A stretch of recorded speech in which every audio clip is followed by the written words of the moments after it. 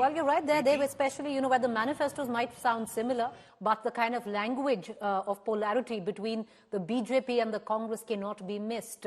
If the Prime Minister has directly attacked the Gandhis this time, the Congress leaders did not save themselves. You had Mr. Kharge even invoke the caste of the Prime Minister, or Rahul Gandhi, who during an election rally this time actually called the Prime Minister Panoti. Let's now take it to our other guest this evening, Avinash Kalla, senior journalist with us, Rajdeep Sardesai, consulting editor. Rajdeep, first question.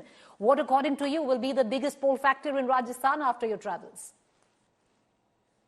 Well, Preeti, for me, the biggest factor in Rajasthan this time is what I call freebies versus local anti-incumbency. Now, you are seeing the slew of promises that are being made by both the Gehlot's government as well as by the opposition BJP, almost mirroring each other.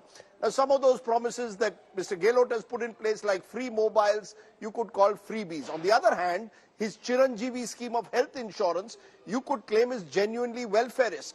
So you have Mr. Gehlot trying to offset local anti-incumbency against his MLAs, many of whom are seen to have aggrandized themselves over the last 5 years. Their assets have been built up, and questions whether they've done enough for their constituents.